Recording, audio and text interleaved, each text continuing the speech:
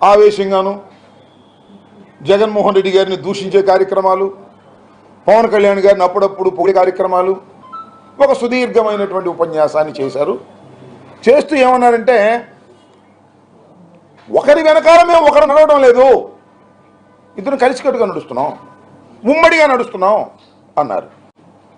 బహుశా ఆ సమావేశానికి వచ్చిన జనం లేదా జన సైనికులు చెవుల్లో పూలు పెట్టుకొచ్చారనుకున్నారు ఏమో మరి చంద్రబాబు నాయుడు గారు. ఇద్దరు కలిసికట్టుగా నడుస్తున్నారంట. మొత్తం 175 సీట్ల నుండి 24 సీట్లు పవన్ కళ్యాణ్ గారు పార్టీ ఇచ్చారు, 25 పార్లమెంట్ సీట్లు ఉంటే 3 ఇచ్చారు.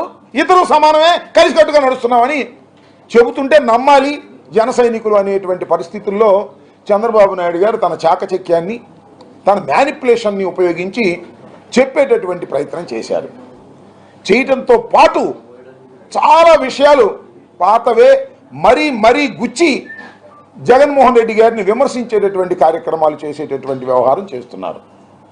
మేము అధికారంలోకి రాబోతున్నాం. పై ఇంకో మాట అన్నారండి, నాకు ఆశ్చర్యం వేసింది. ఈ పొత్తు మా కోసం కాదు, ఈ పొత్తు ప్రజల కోసం, నేను ముఖ్యమంత్రి కావడం కోసం కాదు. నేను ముఖ్యమంత్రి చాలాసార్లు అయ్యాను.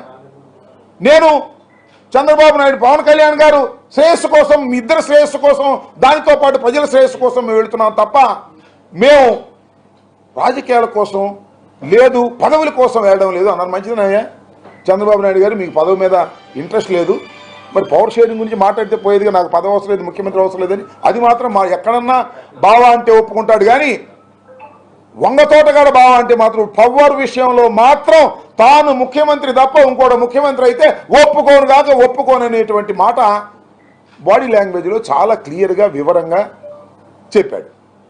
దానితో పాటు ఇంకోటి ఏమన్నాయంటే, నేను అగ్నిని, నిప్పుకణాన్ని, అగ్నికి తోడు వాయువు తోడైంది, పవన్ కళ్యాణ్ తోడే, ఇక చూసుకో మా పరిస్థితి ఎలా ఉంటుందో అన్నాడు. ఏమంటే నేను చెప్తా ఉన్నా, ఒకసారి ఆలోచించండి. చాలామంది పెద్దలు ఉన్నారు కదా రాష్ట్రంలో, ఇది మంచి సామెతేనా? అగ్నికి వాయువు తోడైతే ఏమవుతుంది? నాశనం అవుతుంది. చాలామంది చెబుతారు అగ్ని దేవుడే, వాయువు దేవుడే, కానీ ఎలాంటి పోలికలు చెబుతారు తెలుసా? చాలా సందర్భాల్లో ఆ సన్నాసికి ఈ సన్నాసి తోడే ఎడరా నాశనం అయిపోద్ది అంటారు. అదే పద్ధతుల్లో అగ్నికి వాయువు తోడైంది, వీళ్ళిద్దరూ కలిసి రాష్ట్రాన్ని, రాజకీయాన్ని సర్వనాశనం చేసేస్తారు అనే దానికి ఉపయోగించాలి తప్ప అగ్నికి ఆ వాయువు తోడైందంట, జగన్మోహన్ రెడ్డి గారిని మార్చేస్తామనేటువంటి పద్ధతుల్లో పాపం సుదీర్ఘమైన రాజకీయ చరిత్ర కలిగినటువంటి చంద్రబాబు నాయుడు గారు ఇలాంటి చచ్చు సామెతలు చెప్పి ఏదో ఉత్సాహపరచాలనేటువంటి తాపత్రయంతో ప్రయత్నం చేసినట్టుగానే కనిపిస్తుంది తప్ప పసలేని ఉపన్యాసాలు మీరు అందరికీ మనవి చేస్తున్నా. నేను జరిగిన సభ విజయవంతమైందో విజయవంతం కాలేదు నేను చెప్పాల్సిన అవసరం లేదు. ఒక్కసారి సిద్ధం సభలు చూడండి. 3 సిద్ధం సభలు నిర్వహించాం వైఎస్ఆర్ కాంగ్రెస్ పార్టీ నాయకత్వంలో. మా సిద్ధం సభలు ఎలా జరిగాయి, మీ సభలు ఎలా జరిగింది? ఇవాళ ఒక్కసారి చూస్తే సిద్ధం సభ విజువల్ చూడండి. నిన్న జరిగినటువంటి తాడేపల్లి గూడెంలో జరిగిన జెండా సభ యొక్క విజువల్ చూడండి. దాని మీద ఉన్న వేదికల మీద ఉన్నటువంటి వ్యక్తుల యొక్క ముఖాలు చూడండి, ఎంత నీరు గారిపోయినాయో. అసలు ఏంట్రా ఈ కర్మ అన్నట్టుగా. 4 గంటలకు ప్రారంభించాల్సింది 6 గంటల దాకా జనం రాకపోతే బిక్కుమంటా వచ్చి మాట్లాడాల్సిన పరిస్థితి వచ్చింది అనేటువంటి మాటలు వినిపించాయి తప్ప ఎక్కడ ఉత్సాహం లేనటువంటి సందర్భమే అది కనిపిస్తుంది తప్ప ఉత్సాహాన్ని ఏ మాత్రం పెంపొందించినటువంటి సభగా తేల్చి చెప్పేశారు విశ్లేషకులని ఈ సందర్భంగా నేను మనవి చేస్తున్నా. అంతేకాదు తర్వాత చివరిలో మాట్లాడాడు పవన్ కళ్యాణ్ గారు, జనసేన అధినేత. ఏం మాట్లాడాడో నాకు అర్థం కాలేదు, మీకైనా అర్థమైందేమో ఆలోచించండి. రాజకీయాలకు పనికొచ్చే మనిషినా ఆయన? ఎంత ఆవేశంగా మాట్లాడతాడు, ఎంత అధ్వానంగా మాట్లాడతాడు, ఎంత ఎగిలిగా మాట్లాడతాడు. ఏం మాట్లాడుతున్నాడు? ఏమంటాడు? మఖ్యలు ఎరగదన్ని మడత మంచంలో పెడతావా? ఎక్కడ నేర్చుకున్నావా ఈ డైలాగు? ఎవరు రాశారు ఈ డైలాగు? త్రివిక్రమ్ రాశాడా? ఎవరు రాసిన డైలాగ్ చెప్తున్నావు? ఏం నాకు అర్థం కాల. మీకైనా అర్థమైందా అని అడుగుతా ఉన్నా జన సైనికులారా. అంతేకాదు ఇంకో మాట అన్నాడు, అసలు మనకి 24 ఏంటి, అసలు 24 తీసుకునే శక్తి ఉందా? ఎవరైనా ఒక రాజకీయ పక్షం పార్టీ పెట్టుకుంటే మా రాజకీయ పక్షానికి అపారమైనటువంటి బలం ఉంది, మా రాజకీయ పక్షాన్ని ప్రజలు మెచ్చుకుంటున్నారు, మాకు ఉద్దండులైనటువంటి సైనికులు ఉన్నారు, మాకు నాయకులు ఉన్నారు అని చెప్పుకుంటారే ఎవరైనా. ఏం కర్మయ్య ఇది, నాకు అర్థం కాలేదు. మనకు 24 సీట్లు ఇవ్వటమే ఎక్కువ? మనకు అసలు దమ్ముందా? మనకు అసలు బూత్ మేనేజ్మెంట్ చేసేవాళ్ళు ఉన్నారా? మన దగ్గర డబ్బు ఉందా? మనం 500 మందికి భోజనాలు పెట్టగలమా? అసలు మనం 24 సీట్లకు పోటీ చేయగలమా? మన పార్టీ ఇంత అధ్వాన్నంగా ఉందే. ఇంత అధ్వాన్నంగా ఉన్న పార్టీకి చంద్రబాబు నాయుడు 24 సీట్లు ఇచ్చాడే గొప్ప విషయమే అని చెప్పేటటువంటి ప్రయత్నమే చేశావే. ఏమిటి రాజకీయం నేను అడుగుతా ఉన్నా. జన సైనికులారా ఆలోచించమని మనం చేస్తున్నా.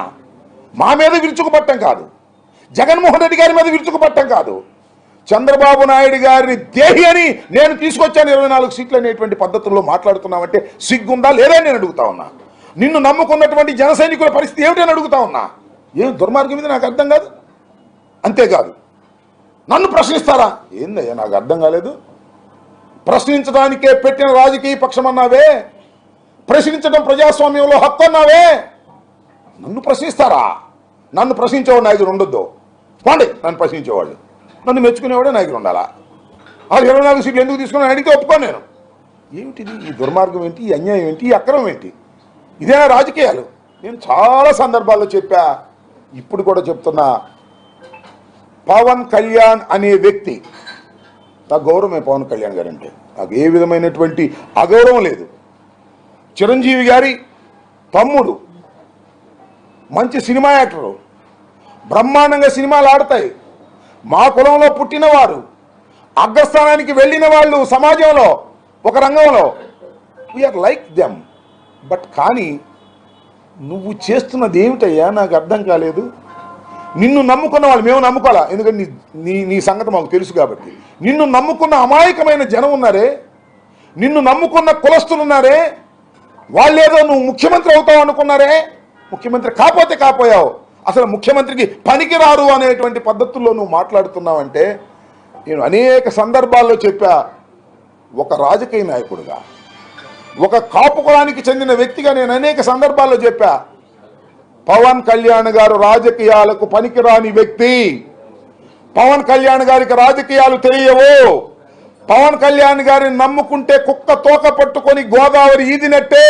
సోదరులారా నమ్మకండి అని అనేక సార్లు చెప్పాను నేను. అయినా సరే మా పవన్ కళ్యాణ్ సీఎం కావాలన్నారు. ఇవాళ అరవని నేను అడుగుతా ఉన్నా, పవన్ కళ్యాణ్ సీఎం కావాలని కోరుకునే వాళ్ళు ఇవాళ పవన్ కళ్యాణ్ సీఎంగా చూడలేకపోతే, కనీసం వినలేకపోతే చంద్రబాబు సీఎం అని అంటారా అని అడుగుతా ఉన్నా.